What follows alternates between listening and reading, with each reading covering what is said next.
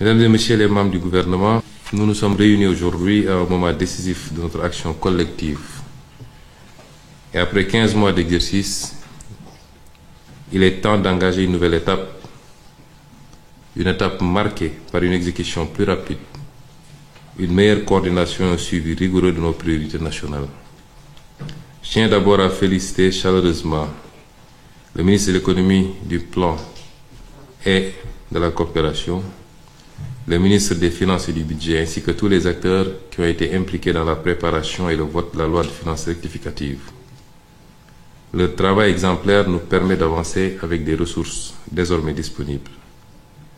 Je salue également le remarquable travail de notre diplomatie et du président de la République qui ont renforcé nos engagements internationaux.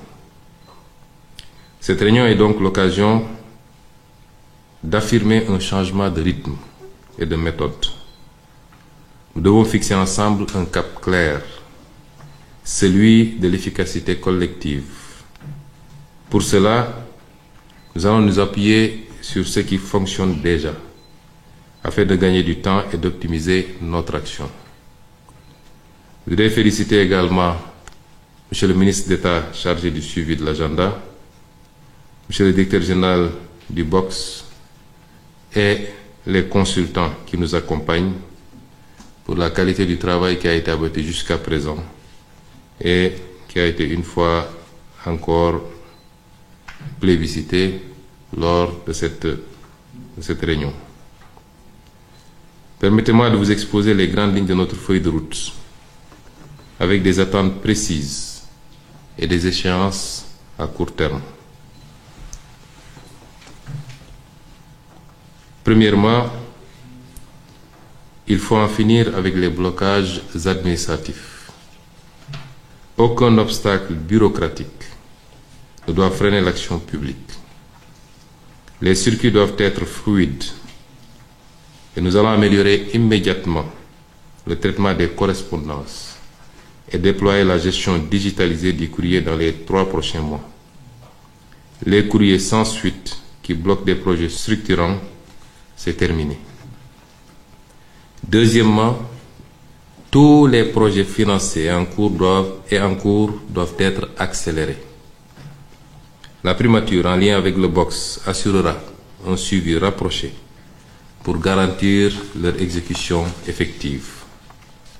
Troisièmement, les projets mûrs et inscrits dans la loi de finances rectificative doivent être lancés rapidement.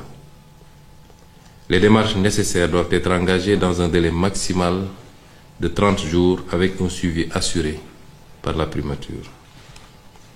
Quatrièmement, pour les projets en attente, une task force sera mise en place sous l'autorité de la primature et regroupera le BOX, l'APIX, le FONSIS, le DGPPE, l'UNAPP, la CDC et la Direction générale de la coopération. Son objectif sera de finaliser la structuration de ces projets au plus vite.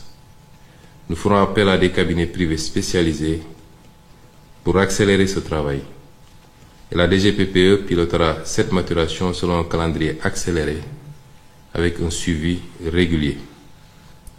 Le ministre d'État auprès du président de la République assurera l'évaluation périodique de ces actions et rendra compte directement à son Excellence, Monsieur le Président de la République.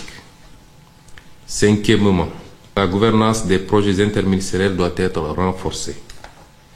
Les projets multisectoriels comme celui du numérique nécessitent une gouvernance claire et partagée. En attendant un modèle stable, la primature abritera les projets impliquant plusieurs acteurs.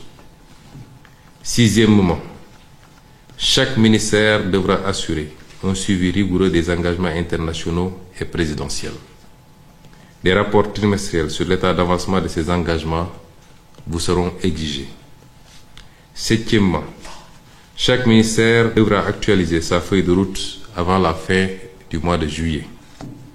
Ces feuilles de route devront être en cohérence avec les chantiers nationaux en cours.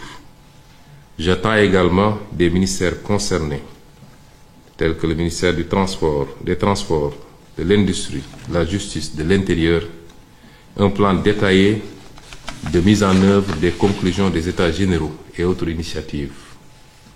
Ce plan précisera les actions, les échéances, les acteurs impliqués, la hiérarchisation des priorités ainsi que les contraintes et mesures d'atténuation.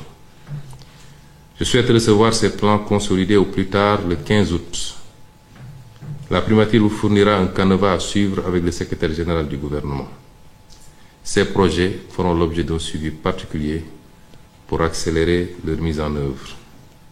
Je tiens aussi à souligner l'importance de la préparation des Jeux olympiques de la jeunesse 2026. Leur organisation doit être rigoureuse et anticipée, car ils représentent un enjeu majeur pour notre pays. Enfin, 8e point, la mobilisation pour le plan de redressement doit être totale. Dans les prochains jours, je présenterai ce plan de redressement d'abord en Conseil des ministres, avant d'en faire une présentation publique qui sera suivie d'une série d'activités pour le vulgariser. Les réformes prioritaires, telles que la simplification administrative, l'emploi, l'attractivité des investissements, doivent être mises en œuvre sans délai. Un premier bilan sera attendu en fin septembre.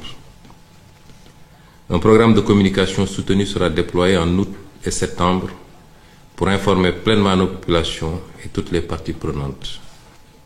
Pour conclure, je vais être clair.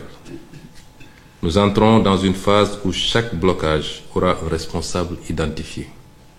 Chaque projet un échéancier précis.